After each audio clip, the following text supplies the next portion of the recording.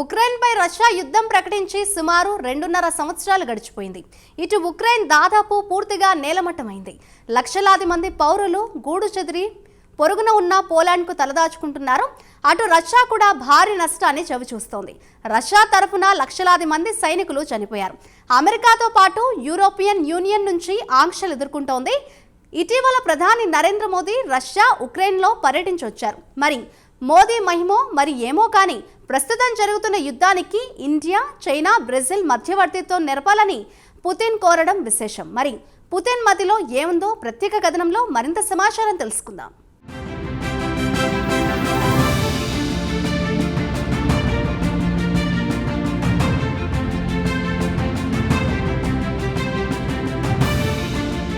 ఉక్రెయిన్పై Russia కయ్యానికి కాలు దువ్వి 2.5 సంవత్సరాలు దాటిపోయింది.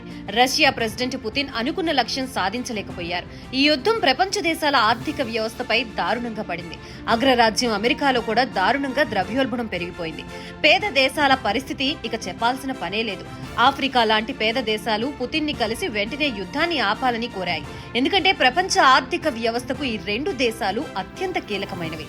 రష్యా చమురు ప్రపంచ దేశాలు కొనుగోలు చేస్తాయి. యుద్ధంలో అమెరికా, EU దేశాలు ఆంక్షలు విధించడంతో రష్యా చమురు అమ్మకాలపై ప్రభావం పడింది. అదేవిధంగా ఉక్రెయిన్ తీసుకుంటే అక్కడి నుంచి ప్రపంచవ్యాప్తంగా గోధుమ ఎగుమతి చేస్తోంది. యుద్ధం కారణంగా గోధుమ ఎగుమతులు నిలిచిపోవడంతో ప్రపంచవ్యాప్తంగా ద్రవ్యోల్బణం కోరలు చాచింది.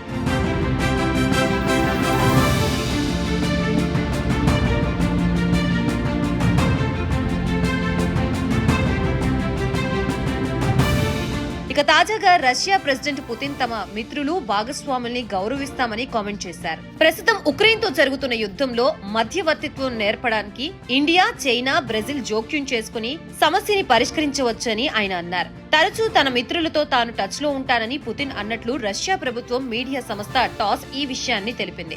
అయితే అంతకుముందు ప్రధానమంత్రి Narendra Modi Russia president Putin తో రష్యా ఉక్రెయిన్ యుద్ధం గురించి ప్రస్తావించారు. అటు తర్వాత ఆయన ఉక్రెయిన్ లో పర్యటించి జెలెన్స్కీతో కూడా మాట్లాడి వచ్చారు. జెలెన్స్కీ పుతిన్ తో మాట్లాడడానికి సిద్ధంగా ఉంటే తాను మధ్యవర్తిత్వం వహిస్తానని జెలెన్స్కీ మోదీకి హామీ కూడా ఇచ్చారు.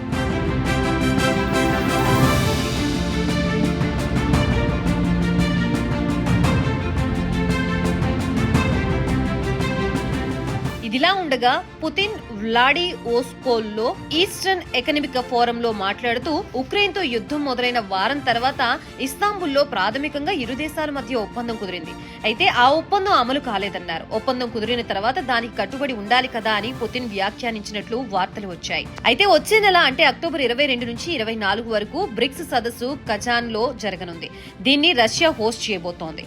ఈ బ్రిక్స్ సదస్సుకి భారత ప్రధానమంత్రి Narendra Modi, Chinese president Xi Jinping, Brazilian president Luiz Inacio Lula da సిల్వాలు హాజరు కానున్నారు. అప్పుడు ఈ విషయం ప్రస్తావనకి వచ్చే అవకాశం ఉంటుందన్న టాక్ వినిపిస్తోంది.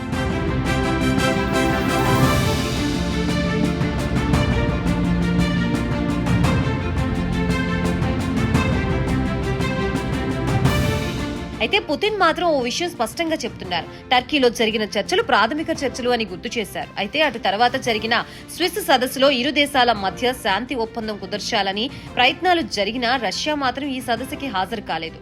అదే సమయంలో ఇండియా మాత్రం సంయుక్త ప్రకటనపై సంతకం చేయడానికి నిరాకరించింది. తాజాగా EEF ప్లీనరీ సెషన్ లో పుతిన్ చేసిన వ్యాఖ్యలు ప్రాధాన్యత సంతరించుకున్నాయి. ఒకవేళ ఉక్రెయిన్ చర్చలకు ఆసక్తి కనబరిస్తే తాను కూడా ఒక అడుగు ముందుకు వేస్తానని అన్నారు. ఇక పుతిన్ వ్యాఖ్యల విషయానికి వస్తే ప్రధాని మోదీ 2 వారాల క్రితం కీవ్కు వెళ్లి జెలెన్స్కీని కలిసి చర్చలు జరిపి వచ్చిన తర్వాత ఈ వ్యాఖ్యలు ప్రాధాన్యత సంతరించుకున్నాయి.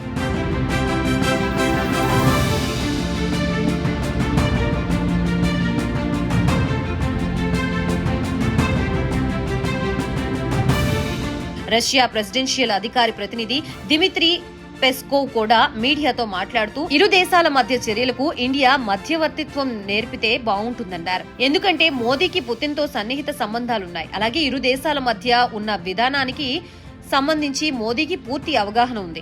పుతిన్ తో పాటు జెలెన్స్కీతో ఆయన స్వేచ్ఛగా మాట్లాడగలరు. అలాగే అమెరికన్స్ తో కూడా మోదీకి సన్నిహిత సంబంధాలున్నాయని ప్రెసిడెన్షియల్ అధికార ప్రతినిధి వివరించారు. దీంతో ప్రపంచ వ్యవహారాల్లో ఇండియా పట్టు సాధించినట్లవుతోంది. అమెరికాతో పాటు ఉక్రెయిన్ తో మాట్లాడి యుద్ధానికి శాంతియుత పరిష్కారం మోదీ చూపించాలని పెస్కోవ్ కోరారు.